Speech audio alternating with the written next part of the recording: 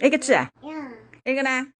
20块赚啥人家这个上脱个价？你搭高头去个辰光，阿跳来讲个扬州闲话啊！你讲个乡音千万不能忘记脱。哦哟，讲了乡音，叶三黑长子最近碰上搿桩哀哉事体。上个礼拜，县家家去阻止到万人，男三官34岁，中学里个天学唻属于编组的，女三官32岁，银行里向坐办公室，两个人先蹲辣微信浪向来自一交谈，是个一起排头一猜。哎哟，我想蛮嗨哇！博士、中山、院士一拍赞。第一次见面就说啊，男三官已经不啥来当个委办者，是个有点官叫，可以谈下去。我一激动呀，直播张地胖，就着啥刚才。少年晓得个女三官来当我讲不来三，啥体嘛？伊比个男三官手在屋里向有讲不可以。你讲个见子面才晓得，男方个娘是现实人。现在讲讲，我实在没办法接受未来个阿婆一口拉亏拉亏。那么我回去理噻，你到脚趾高衣服数了一大概，拉亏关男屁事啊！少年晓得你回答我欢喜人手追人的呀，像我对讲眼睛，接得不够讲。那么我再搭个女三官11岁也来着，你非拎出脱个吹牛人，埃桩事体是我当你去争取得来的。一开始个男三官是要求我当你交代一个30岁以下，